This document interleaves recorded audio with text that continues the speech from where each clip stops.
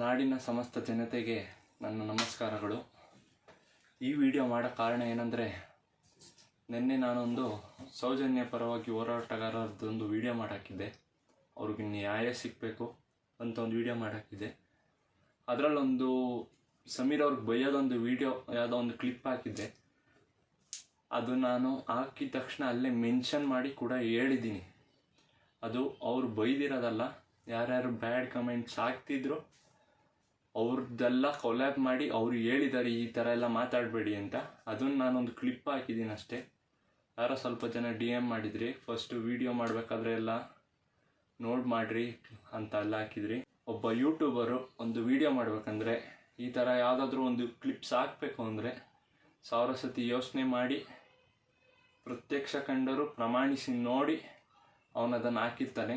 ಅವರು ಯಾರು ಬೈದಿಲ್ಲ, ಅದು ವಿಡಿಯೋ ಯಾರ್ಯಾರು ಬ್ಯಾಡ್ ಕಮೆಂಟ್ಸ್ ಮಾಡ್ತಿದ್ರು ಅದನ್ನೆಲ್ಲ ಕೊಲಾಬ್ ಮಾಡಿ ಒಂದು ವಿಡಿಯೋ ಮಾಡಿರೋದ್ರಿಂದ ಆ ವಿಡಿಯೋ ಹಾಕ್ಕೊಂಡಿದ್ದೀನಿ ಅಷ್ಟೇ ನಾನು.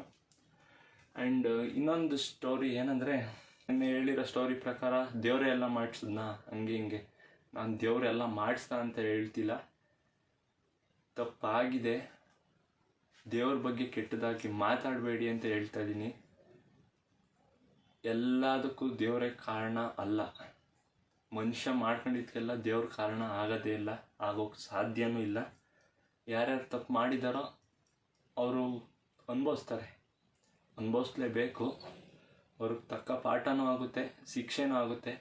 ದೇವ್ರ ಮೇಲೆ ನಂಬಿಕೆ ಇರಲಿ, ಕಾನೂನು ಮೇಲೆ ನಂಬಿಕೆ ಇರಲಿ. ಆ್ಯಂಡ್ ನೆಕ್ಸ್ಟ್ ಅಂದರೆ, ಸ್ವಲ್ಪ ಜನ ಹೇಳ್ತಿದ್ದಾರೆ, ಏನು ಈ ಸೌಜನ್ಯದು 2012ರಲ್ಲಿ ಆಗಿದ್ರು 2025ಕ್ಕೆ ಬಂದರು, ಇನ್ನೂ ಇದನ್ನೇ ಮಾಡ್ತಾ ಇದ್ದೀರಾ, ಬೇರೆ ವಿಡಿಯೋ ನಿಮ್ಗೆ ಸಿಗ್ತಿಲ್ವಾ ಮಾಡೋಕ್ಕೆ. ನೋಡಿ ಸರ್, ಫಸ್ಟು ನೀವು ವಿಡಿಯೋ ಮಾಡಾಕೋ ಬದಲು ನೋಡಿ ಸೌಜನ್ಯನ ಹೆಂಗೆ ಇದು ಮಾಡಿದ್ದಾರೆ ಅಂತ. ಆ ವಿಡಿಯೋಗಳೆಲ್ಲ ನೋಡಿದ್ರೆ ಕರಳು ಕಿತ್ತಿ ಬರುತ್ತೆ. ಯಾರಿಗೆ ಆದರೂ ಬೇಜಾರು ಆಗೇ ಆಗುತ್ತೆ. ಸೌಜನ್ಯರಾಗಲಿ, ಅವ್ರ ಮನೆಯವ್ರು ಅನುಭವಿಸ್ತಿರೋದಾಗಲಿ, ಇಲ್ಲ ಸೌಜನ್ಯ ಕೇಸಲ್ಲಿ ಒಳಗಡೆ ಹೋಗಿರೋ ಸಂತೋಷ ಆಗಲಿ, ಅವ್ರ ಮನೆಯವ್ರು ಕಷ್ಟಪಡ್ತಿರೋದಾದ್ರೆ ನೋಡಿದ್ರೆ ಬೇಜಾರಾಗೇ ಆಗುತ್ತೆ. ಒಂದು ಕ್ಲಿಪ್ ಇದೆ, ಹಾಕ್ತೀನಿ, ನೋಡ್ಕೊಂಬಂದು. ವಿಧಿಯ ಹಗೆತನವೇ ನಲುಮೆಯು ಬಲಿ ಪಶುವೆ, ಹೃದಯ ನಿಂಗಿಲ್ಲ ಯಾಕೋ ದೇವಾ.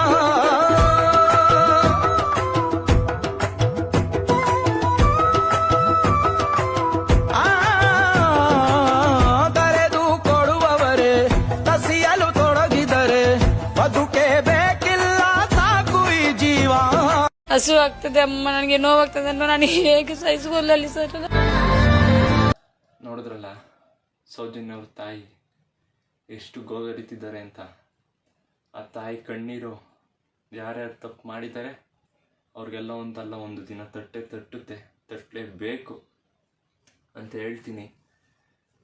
ಯಾವಾಗೋ ಆಗಿರೋ ವಿಡಿಯೋ, ಯಾವಾಗೋ ಆಗಿರೋ ಕತೆ ಇನ್ನೂ ಮಾಡ್ತಾ ಇದ್ದೀರಲ್ಲ ಸರ್. ಅಟ್ಲೀಸ್ಟ್ ಒಂದು ಹೆಣ್ಣು ಮಗುಗಾದ್ರೂ ನಮ್ಮ ಕಡೆಯಿಂದ ನ್ಯಾಯ ಸಿಗೋಕ್ಕಾಗುತ್ತಾ, ಸಿಕ್ಸ್ಬೋದಾ ಅಂತ ಅಷ್ಟೇ ನಾವು ಎಲ್ಲ ಪ್ರಯತ್ನ ಮಾಡ್ತಾ ಇದ್ದೀವಿ. ಏನು ಯೂಟ್ಯೂಬರ್ ಆಗಲಿ, ಎಲ್ಲ ಯೂಟ್ಯೂಬರ್ಸು, ಇನ್ಫ್ಲೂಯೆನ್ಸರ್ಸು, ಸಮೀರ್ ಬ್ರೋ ಆಗಲಿ, ಎಲ್ಲರೂ ಮಾಡ್ತಿರೋದು. ಆ್ಯಂಡ್ ಇನ್ನೊಂದು ಯಾವುದೋ ವಿಡಿಯೋ ನೋಡಿದೆ ನಾನು ಇನ್ಸ್ಟಾಲ್ಲಿ, ಯಾರೋ ಬೈತಿದ್ದಾರೆ ಸಮೀರ್ ಅವ್ರಿಗೆ. ಬಳ್ಳಾರಿಲೇ ಇಷ್ಟೊಂದು ಕತೆಗಳಾಗ್ತಿದೆ, ನಿಮ್ಮ ಮಸೀದಿದ ಕತೆ ಅಷ್ಟೊಂದು ಆಗಿದೆ, ಅಷ್ಟೊಂದು ಲಿಟಿಗೇಷನ್ಸ್ ಇದೆ, ಹಂಗೆ ಹಿಂಗೆ, ಅದ್ರದ್ದು ವಿಡಿಯೋ ಮಾಡಾಕಿ, ಆ ಕೊಲೆದಾಕಿ, ಈ ರೇಪ್ ಕೇಸ್ದಾಕಿ ಅಂತ. ಒಬ್ಬ ಯೂಟ್ಯೂಬರ್ ಈ ಥರ ಒಂದು ವಿಡಿಯೋ ಮಾಡಬೇಕು ಅಂದರೆ ಅವನು ತಿಂಗಳಾನ್ಗಟ್ಲೆ ಟೈಮ್ ತಗೊಳುತ್ತೆ. ಅವನ್ನೆಲ್ಲ ಒಂದೊಂದು ಎವಿಡೆನ್ಸು ಕಲೆಕ್ಟ್ ಮಾಡಬೇಕು ಅಂದರೆ ಅವನ ಕಷ್ಟ ಅವನಿಗೆ ಗೊತ್ತಿರುತ್ತೆ. ನಿಮಗೆ ಗೊತ್ತಾ ಏನೇನು ಆಗಿದೆ ಅಂತ ಗೊತ್ತಾ? ವಿಡಿಯೋ ಮಾಡಿ ಅದನ್ನೇ ಅವ್ರಿಗೆ ತಲುಪಿಸೋ ಥರ ಮಾಡಿ. ಇಲ್ಲಾಂದರೆ ನೀವೇ ಒಂದು ವಿಡಿಯೋ ಮಾಡಿ ಹಾಕಿ, ಸಮೀರ್ ಅವ್ರಿಗೆ ಬೈಯೋ ಬದಲು ನೀವೇ ಒಂದು ವಿಡಿಯೋ ಮಾಡಿ ಹಾಕಿ, ಹಿಂಗಾಗಿದೆ ಅಂತ. ಅದಕ್ಕೇನೇನು ಬೇಕೋ ನ್ಯಾಯ ದೊರಕಿಸೋಕ್ಕೆ ಅವ್ರು ಹುಡುಕಿ ಅವ್ರು ಮಾಡೋದು ಕರ್ತವ್ಯ ಅವ್ರದ್ದು. ಓಕೆನಾ? ಅವ್ರು ಮಾಡಿರೋ ವಿಡಿಯೋದಲ್ಲಿ ದೇವಸ್ಥಾನದ ಬಗ್ಗೆ ಆಗಲಿ, ಹಿಂದೂ ಧರ್ಮದ ಬಗ್ಗೆ ಆಗಲಿ ಕೆಟ್ಟದಾಗಿ ಮಾತೇ ಆಡಿಲ್ಲ. ಅವ್ರು ಏನು ಹೇಳಿದ್ದಾರೆ, ಮುಜ್ರಾಯಿ ಅವ್ರ ಕತೆ ಹೇಳಿದ್ದಾರೆ. ಅವ್ರು ಜೈನ್ ಧರ್ಮಕ್ಕೆ ಸೇರಿದ್ದು ಅಂತ ದೇವಸ್ಥಾನ ಅವರು ಹೇಳಿದ್ದಾರೆ, ಅದನ್ನು ಇವ್ರು ಹೇಳಿದ್ದಾರೆ ಅಷ್ಟೇ. ಅವರು ದೇವಸ್ಥಾನದ ಬಗ್ಗೆ ಕೆಟ್ಟದಾಗ ಮಾತಾಡಿದ್ಯಾ, ನೀನು ಯಾರು ಮಾತಾಡೋಕ್ಕೆ? ಅಂತ ಎಲ್ಲ ವೀಡಿಯೋ ಮಾಡಾಕಿದ್ದೀರಾ. ಬೇಡ, ವೀಡಿಯೋ ಫಸ್ಟ್ ನೀಟಾಗಿ ನೋಡಿ ಅರ್ಥ ಮಾಡ್ಕೊಳ್ಳಿ, ಆಮೇಲೆ ಮಾಡಿ. ಇನ್ನೊಂದು ವಿಷಯ ಅಂದರೆ, ಇನ್ನೊಬ್ರು ಯಾರೋ ಮುಸ್ಲಿಮ್ ಅವ್ರಿಗೆ ಬೈತಿದ್ದಾರೆ ಸಮೀರ್ ಅವ್ರಿಗೆ. ಸಮೀರ್, ನೀನು ನಮ್ಮ ಧರ್ಮದ ಬಿಟ್ಟು ಅವ್ರ ಧರ್ಮದ ನೋಡ್ತಿದ್ಯಾ? ನಮ್ಮ ಧರ್ಮದಲ್ಲಿ ಎಷ್ಟು ಜನಕ್ಕೆ ಮರ್ಡರ್ ಆಗಿದೆ, ರೇಪ್ ಆಗಿದೆ, ಹುಡುಗರು ಎಷ್ಟು ಜನ ಮರ್ಡರ್ ಆಗಿದ್ದಾರೆ, ಅದ್ರದ್ದೆಲ್ಲ ವೀಡಿಯೋ ಮಾಡೋಕ್ಕೆ ಎಲ್ಲ ಒಂದೇ ಸತಿ ಮಾಡೋಕ್ಕೆ ಆಗೋದೇ ಇಲ್ಲ. ಹಿಂಗೆ ಧೈರ್ಯ ಮಾಡಿ ಒಬ್ಬರು ಮುಂದೆ ಬಂದಿದ್ದಾರೆ ಅಂದರೆ ಅವ್ರಿಗೆ ಸಪೋರ್ಟ್ ಮಾಡೋದು ನೋಡಿ. ಸಪೋರ್ಟ್ ಮಾಡೋಕ್ಕಾಗಿಲ್ಲ ಅಂದರೆ ದಯವಿಟ್ಟು ಸುಮ್ಮನೆ ಇದ್ಬಿಡಿ. ಯಾರ್ಯಾರು ಸಪೋರ್ಟ್ ಮಾಡ್ತಾರೋ ಸಪೋರ್ಟ್ ಮಾಡಿ, ಯಾರ್ಯಾರಿಗೆ ನ್ಯಾಯ ಸಿಗಬೇಕೋ ಅವ್ರಿಗೆ ಸಿಗೋ ಥರ ಮಾಡ್ತೀವಿ. ದಯವಿಟ್ಟು ಅರ್ಥ ಮಾಡ್ಕೊಳ್ಳಿ. ನಿಮ್ಗೆ ಗೊತ್ತಿದೆಯಾ ಏನೇನು ಆಗಿದೆ ಅಂತ? ನೀವು ಒಂದು ವೀಡಿಯೋ ಮಾಡಾಕಿ ಅವ್ರಿಗೆ ಬೈಯೋ ಬದಲು, ಅಷ್ಟೇ ಸರ್ ಹೇಳೋಕ್ಕಾಗೋದು. ಇನ್ನೊಂದು ಕ್ಲಿಪ್ ಇದೆ, ಹಾಕ್ತೀನಿ. ಇದು ಸಿನಿಮಾದು, ನೋಡ್ಕೊಂಬನ್ನಿ. ಅವತ್ತು ಆ ಪೊಲೀಸ್ ಒಂದು ಕರೆಕ್ಟ್ ಆಗಿದ್ದಿದ್ರೆ ಇವತ್ತು ನನ್ನ ತಂಗಿ, ನನ್ನ ಸ್ನೇಹಿತ ಇಬ್ರು ಜೀವಂತವಾಗಿದ್ದಿರೋದು. ಇದು ಬರೀ ಒಂದು ಹಳ್ಳಿ ಸಮಸ್ಯೆ ಮಾತ್ರ ಅಲ್ಲ, ಪ್ರತಿ ಜಿಲ್ಲೆ, ಪ್ರತಿ ರಾಜ್ಯ, ದೇಶಾದ್ಯಂತ ಈ ಸಮಸ್ಯೆ ಇದೆ. ದಿನೇ ದಿನೇ ರೇಪ್ ಕೇಸ್ಗಳು ಜಾಸ್ತಿ ಆಗ್ತಿದೆ ಹೊರತು ಕಮ್ಮಿ ಮಾತ್ರ ಆಗ್ತಾ ಇಲ್ಲ. ಇದು ಯಾವತ್ತು ನಿಲ್ಲುತ್ತೋ ಅವತ್ತು ನಮ್ಮ ದೇಶ ಚೆನ್ನಾಗಿರುತ್ತೆ.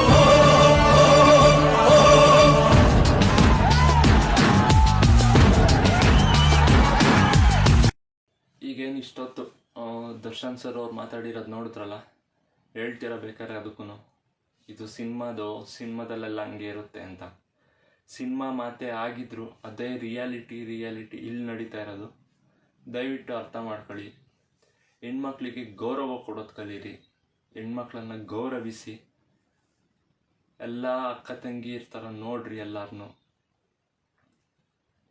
ರೋಡಲ್ಲಿ ಯಾವುದೋ ಒಂದು ಹೆಣ್ಮಗು ಹೋಗ್ತಿದೆ ಅಂದರೆ ಕೆಟ್ಟ ದೃಷ್ಟಿಯಲ್ಲಿ ನೋಡೋ ಬದಲು, ಇರಪ್ಪ ಅವರು ನಮ್ಮ ಮನೆ ಹೆಣ್ಮಕ್ಳು ಥರ, ಅವ್ರಿಗೆ ಒಂದು ಸೇಫ್ಟಿ ಏನಾದರೂ ಮಾಡೋಣ ಅಂತ ನೋಡಬೇಕು ಹೊರತು ಕೆಟ್ಟದಾಗಿ ಅವ್ರನ್ನ ವರ್ತಿಸೋದಾಗಲಿ ಅದೆಲ್ಲ ಮಾಡಬೇಡಿ ದಯವಿಟ್ಟು.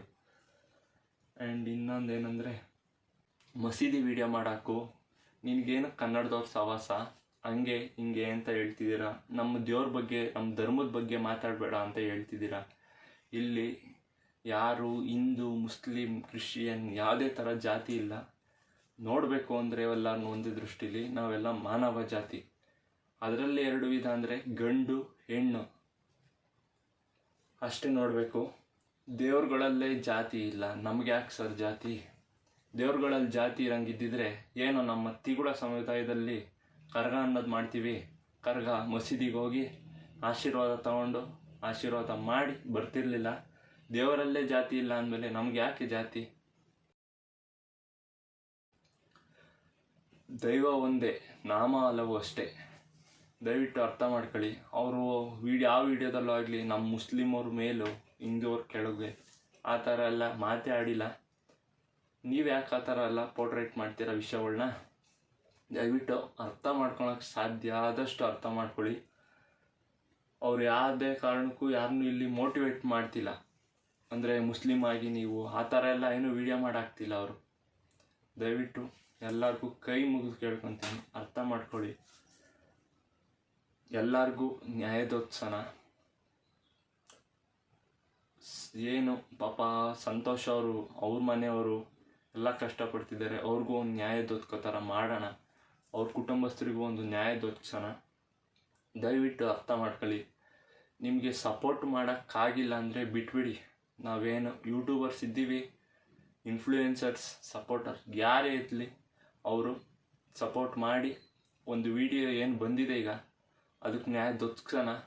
ಹಿಂಗೆ ನಾವು ಒಂದೊಂದು ವಿಡಿಯೋನು ಹಿಂಗೆ ಮಾಡಿ ಇಲ್ಲ ಒಬ್ರೊಬ್ರಿಗೆ ನ್ಯಾಯ ದೊತ್ಸ್ಕೊಂಬಂದರೆ ಏನು ನಮ್ಮ ಇಂಡಿಯಾದಲ್ಲಿ ಈ ಥರ ಕೇಸ್ಗಳ ಮುಂದೆ ಕಂಡು ಬರೋದೇ ಇಲ್ಲ. ಏನೇ ಆದರೂ ಒಂದು ಮಾಡಬೇಕು ಅಂದರೆ ಎಲ್ಲರಿಗೂ ಒಂದು ಭಯ ಇರುತ್ತೆ, ಇಲ್ಲಪ್ಪ ಈ ಥರ ಆಗುತ್ತೆ ಅಂತ. ಹೆಣ್ಮಕ್ಳಿಗೆ ಫಸ್ಟು ಗೌರವಿಸಿ, ಅದೊಂದು ಮೇಯ್ನ್ ಕೇಳ್ಕೊತೀನಿ. ಇನ್ನೊಂದು ಯಾವುದೋ ಒಂದು ವಿಡಿಯೋ ನೋಡಿದೆ, ಸೌಜನ್ಯಗೂ ಯಾರೋ ಆ ಹುಡುಗಂಗೂ ಏನೋ ಸಂಬಂಧ ಇದೆ, ಅವರಿಬ್ರದ್ದು ಏನೋ ಸ್ಟೋರಿ ಇದೆ, ಅದಕ್ಕೋಸ್ಕರ ಹಿಂಗಾಗಿದೆ. ಫಸ್ಟು ತಿಳ್ಕೊಂಡು ಮಾತಾಡಿ. ನಮಗೂ ಆ ಟಾಪಿಕ್ ಗೊತ್ತಿಲ್ಲ, ಇನ್ನೂ ಅವೇನು ಮ್ಯಾಟ್ರು ಅಂತ ಗೊತ್ತಿಲ್ಲ, ಅದಕ್ಕೋಸ್ಕರ ನಾನು ಜಾಸ್ತಿ ಮಾತಾಡೋಕ್ಕೆ ಹೋಗಲ್ಲ. ಆ ಥರ ಎಲ್ಲ ಕೆಟ್ಟದಾಗಿ ಪೋರ್ಟ್ರೇ ಮಾಡೋದನ್ನ ಬಿಟ್ಬಿಡಿ ದಯವಿಟ್ಟು. ಏನಾದರೂ ಬೇಕು ಅಂದರೆ ವಿಷಯ ತಿಳ್ಕೊಂಡು ಆಮೇಲೆ ಮಾತಾಡಿ. ಆ ಹುಡುಗಿಗೇನೋ ಅವ್ರ ಜೊತೆ ಏನೋ ಇದೆ ಅಂತ ಎಲ್ಲ ಹೇಳ್ತಿದ್ದೀರಾ. ದಯವಿಟ್ಟು ಅರ್ಥ ಮಾಡಿಕೊಂಡು ವಿಡಿಯೋ ಮಾಡಿ. ಇಷ್ಟೇ ಹೇಳೋಕ್ಕೆ ಬರ್ತೀನಿ. ದಯವಿಟ್ಟು ಒಂದು ನ್ಯಾಯ ದೊರಕಿಸೋಕ್ಕೆ ಅವಕಾಶ ಮಾಡಿಕೊಡಿ. ಎಲ್ಲರೂ ಜೊತೆ ನಿಂತು ನಮ್ಮ ಭಾರತೀಯ ಹೆಣ್ಣುಮಕ್ಕಳು ಏನಿದ್ದಾರೆ ಎಲ್ಲರೂ ಮುಂದೊಂದು ದಿನ ಧೈರ್ಯವಾಗಿ ಓಡಾಡಬೇಕು. ಎಷ್ಟೇ ರಾತ್ರಿ ಆಗಲಿ ಹಗಲಾಗಲಿ ಕತ್ಲು ಎಲ್ಲೇ ಆದರೂ ಧೈರ್ಯವಾಗಿ ಓಡಾಡಬೇಕು. ಆ ಥರ ಮಾಡೋಣ. ಹಾಗೆ ಇನ್ನೊಂದೇನೆಂದರೆ ಇದೇ ರೀತಿ ಸಪೋರ್ಟ್ ಮಾಡಿ. ನಂದು ಯೂಟ್ಯೂಬ್ ಚಾನಲ್ ಇದೆ, ಸಬ್ಸ್ಕ್ರೈಬ್ ಮಾಡಿ. ಇನ್ಸ್ಟಾದಲ್ಲೂ ಪೇಜ್ ಇದೆ, ಸಬ್ಸ್ಕ್ರೈಬ್ ಮಾಡಿ. ಈ ವಿಡಿಯೋ ಆದಷ್ಟು ಸಮೀರ್ ಬ್ರೋ ಆಗಲಿ ಗಿರೀಶ್ ಸರ್ ಆಗಲಿ ಅವ್ರಿಗೆಲ್ಲ ರೀಚ್ ಆಗೋ ಥರ ಸಪೋರ್ಟ್ ಮಾಡಿ. ಒಂದು ನ್ಯಾಯ ದೊರಕಿಸೋಕ್ಕೆ ನಮ್ಮ ಕೈಲಾಗಿಲ್ಲ ಅಂದರೂ ಮಾಡ್ತಿರೋರ್ಗೊಂದು ಸಪೋರ್ಟ್ ಮಾಡೋಣ. ದಯವಿಟ್ಟು ಹೀಗೆ ಸಪೋರ್ಟ್ ಮಾಡ್ತಾಯಿರಿ. ನನ್ನ ಯೂಟ್ಯೂಬ್ ಚಾನಲ್ ಸಬ್ಸ್ಕ್ರೈಬ್ ಆಗಿ. Thank you.